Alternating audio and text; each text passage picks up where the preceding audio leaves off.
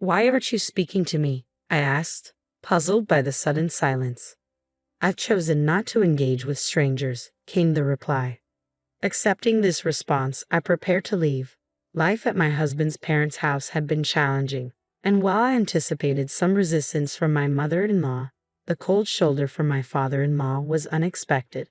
The atmosphere shifted dramatically when my sister-in-law, who openly disliked me, moved back in, turning our once serene household into a battleground.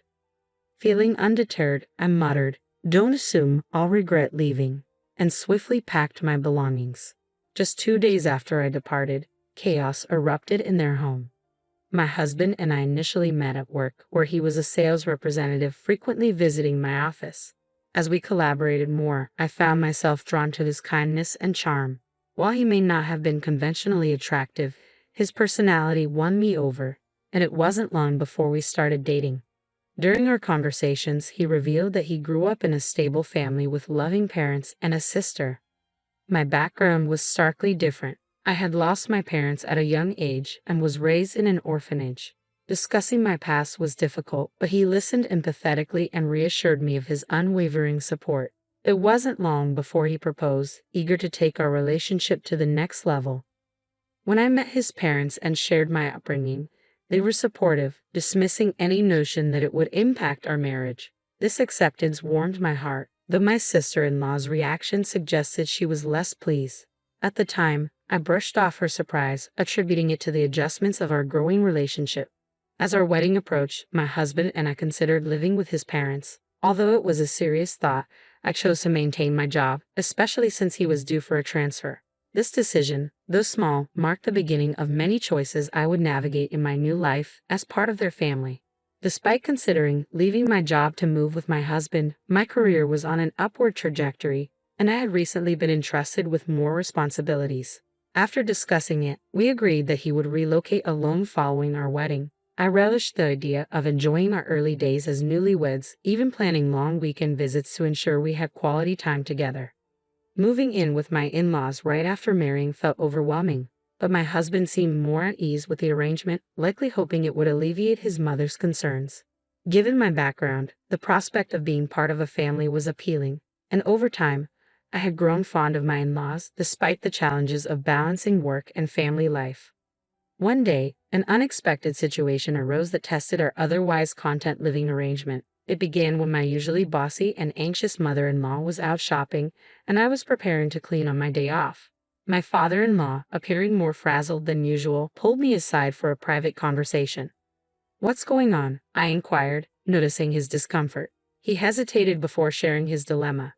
"I need to take some time off work," he confessed, his voice heavy with exhaustion. He explained how workplace stress and his declining health were taking a toll on him. What worried him most, though, was how my mother-in-law would react.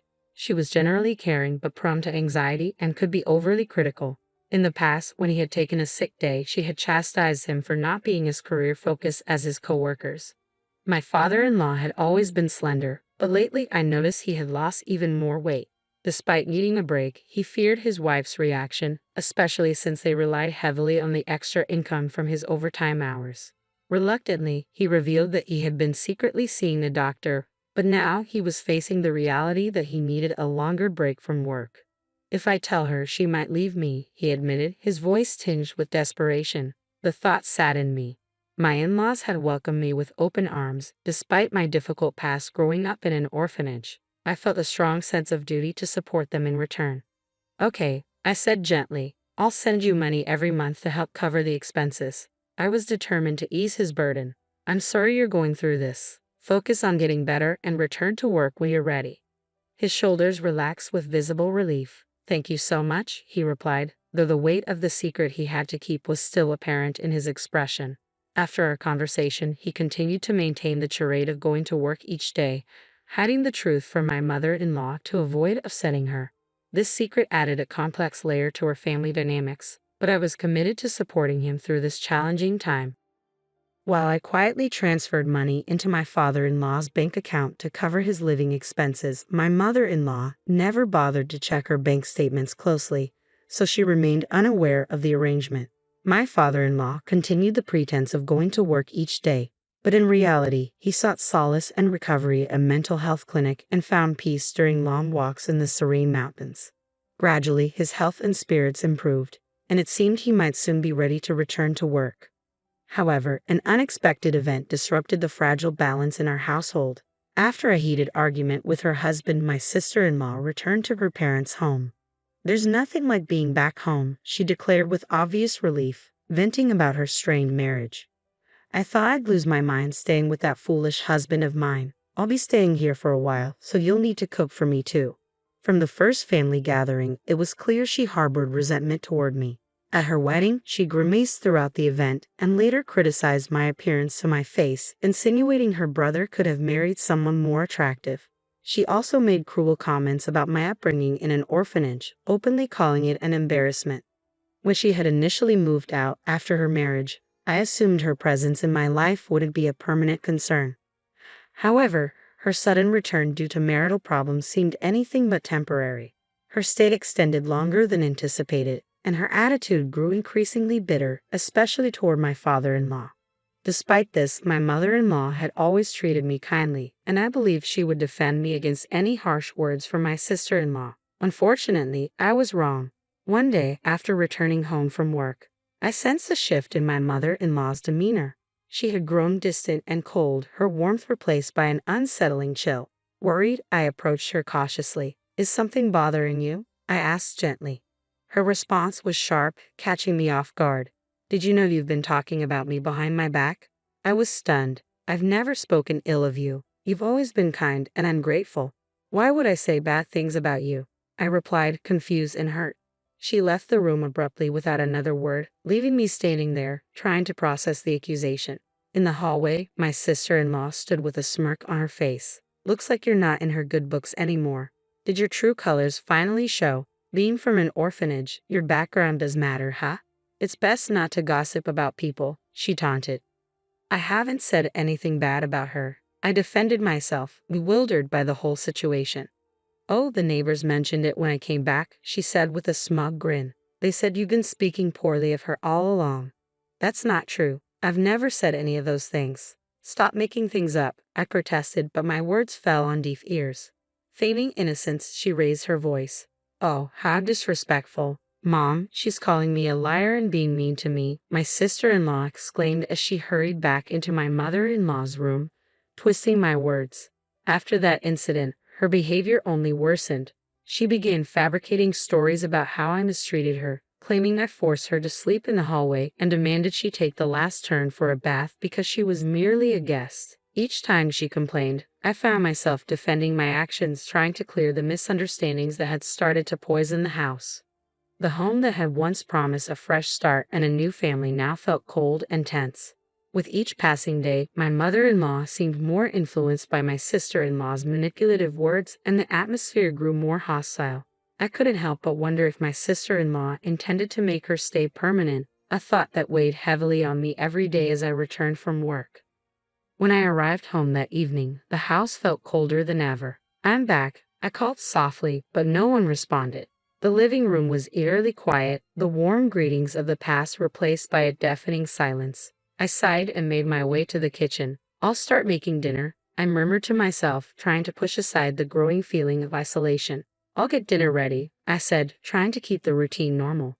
But as I walked into the dining area, I was surprised to find my mother-in-law, father-in-law, and sister-in-law already seated, eating sushi together. My sister-in-law smirked when she saw me. "Oh, look who's here. Someone who isn't family. You weren't planning on having sushi, were you?"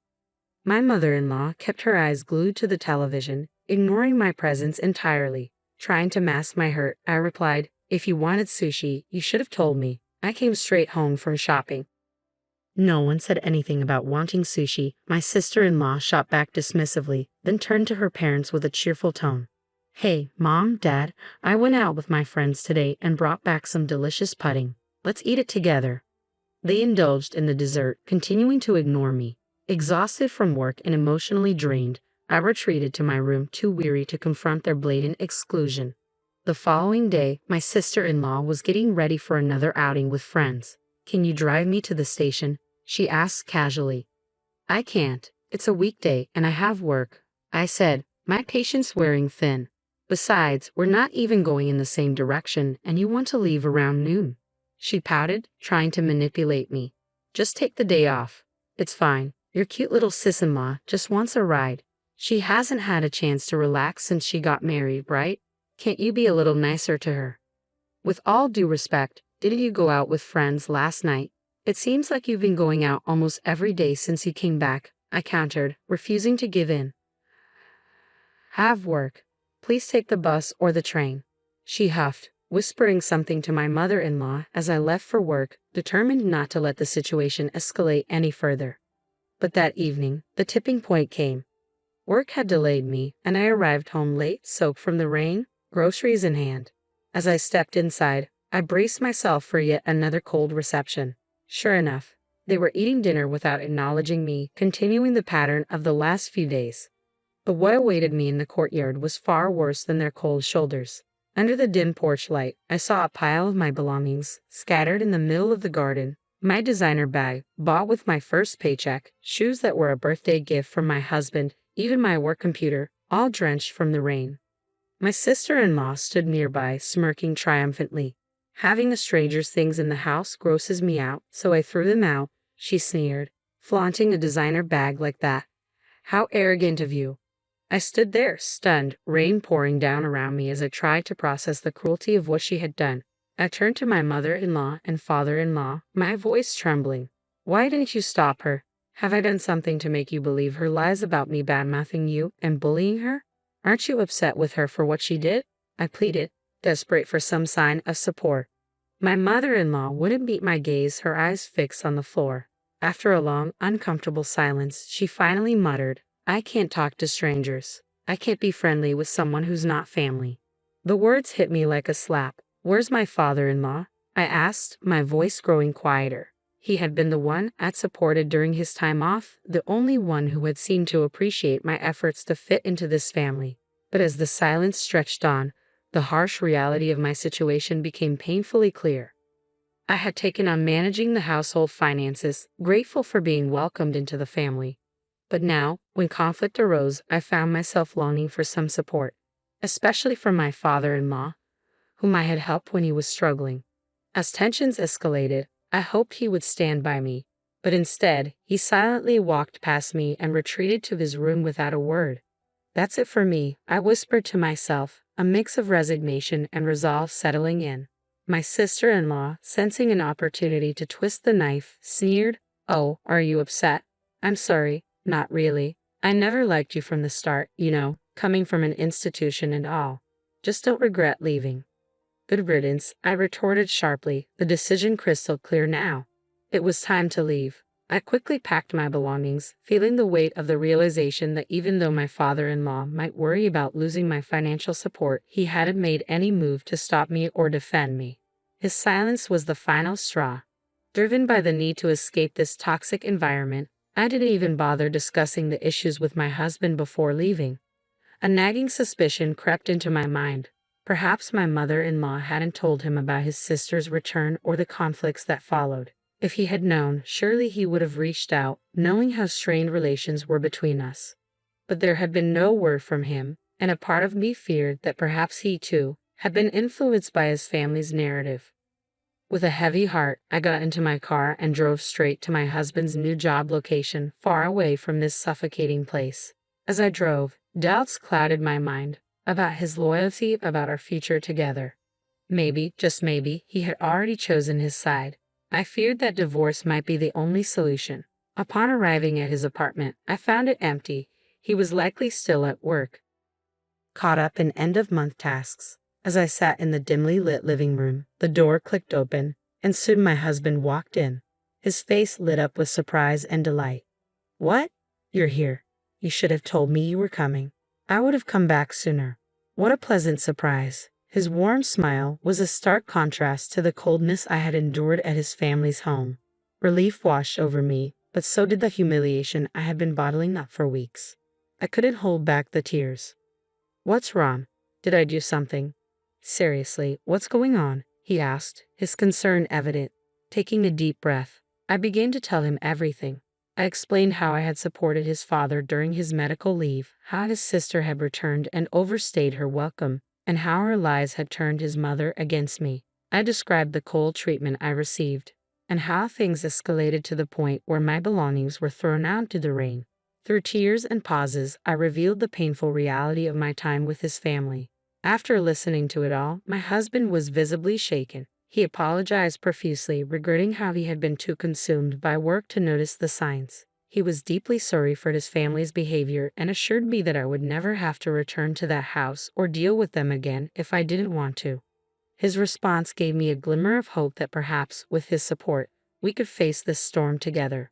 While I couldn't yet imagine forgiving his family, my husband was resolute. He was determined to sever ties with his parents and sister, declaring that he would also stop providing financial support to his father. That night, for the first time in what felt like ages, I felt the massive burden lift from my shoulders. The stress and heartache I had carried dissolved, and I slept soundly beside him. I never returned to my in-laws' house. Commuting to my husband's remote work location wasn't feasible, but fortunately, I had already arranged with my company to work from home. My job didn't require me to be in the office regularly, and many of my colleagues were also working remotely. Though I still had to visit the office a few times a month, some of my coworkers lived even farther away, so remote work had become a well-established norm. Living with my in-laws and enduring my sister-in-law's antagonism had kept me from truly enjoying married life. But now, as we settled into this new chapter, it felt like we were finally beginning our lives together as newlyweds. I was setting up my remote workstation when, unexpectedly, my sister-in-law called. She sounded agitated. The day after I left, it was my father-in-law's payday, a day my mother-in-law usually handled by transferring part of his paycheck into their household account. This time, however, she couldn't do it. Only then did they realize that I had been financially supporting them during his time off. "Why didn't you tell me you were covering the living expenses?" she demanded over the phone. "He asked me not to," I calmly replied. "He didn't want you to know, and I respected his wishes. We're running out of money, and there's no one here to cook or do the laundry. The house is a mess. As his wife, you need to come back and take care of everything, and send money." "How heartless can you be?" she exclaimed. "I've already told you, I'm not coming back to that house, nor will I be treated like your maid," I replied, my voice steady. "Why should I help people who despise me, ruin my belongings, and treat me so poorly?" "But aren't you his wife? Without your help, we can't pay the bills or even buy groceries," she persisted, her tone growing desperate. "That's exactly why it's not my concern. I'm an outsider, remember? So it's none of my business," I said, echoing her earlier words to me before hanging up, ignoring her further complaints. Despite their numerous calls and messages, I stood firm. No longer would I be manipulated by guilt or pulled back into their chaos. This was a liberating moment for me, solidifying my resolve to build a new life with my husband, free from the toxic ties that had once held me back. When my husband returned from work that evening, finally answered their calls, he was resolute. "I will never forgive you for how you treated her. She's not coming back, and neither am I. I don't see you as my family anymore. Leave my wife alone, or you'll regret it." Considering how much my sister-in-law idolized her brother and how dependent my mother-in-law had been on him, his declaration must have shocked them deeply. A few days later, my father-in-law called, his voice thick with desperation. He explained how unbearable life had become with my mother-in-law and sister-in-law and pleaded with me to resume the financial support. Although they had initially welcomed me into their family, despite my background, their failure to support me when I needed it most was unforgivable. I owed them nothing. "I will never assist you again," I told him, and ended the call. In an act of sheer desperation, my mother-in-law and sister-in-law showed up at my workplace, hoping to cause a scene. Anticipating their behavior, I had already informed my company of the situation, and security was on high alert. They caused a commotion, demanding that the company force me to send money back to their household. When my husband found out, he was livid. He advised me to report them to the police. My colleagues were incredibly supportive, encouraging me to stay focused on my life and work, far removed from the toxic environment of my in-laws. The stress, however, took a heavy toll on my father-in-law, whose health declined rapidly under the pressure from my mother-in-law and sister-in-law. Eventually, he had no choice but to quit his job. Meanwhile, my sister-in-law attempted to return to her husband's family, but they refused to take her back. Word of her dramatic outbursts at my workplace spread quickly, further damaging her already troubled marriage, which soon led to divorce.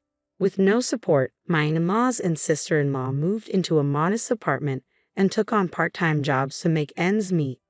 As for my husband and me, we were finally enjoying peaceful, fulfilling days together.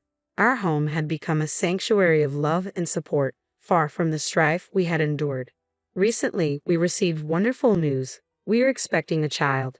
The anticipation of meeting our baby fills us with joy, and we cherish every moment of this special time together.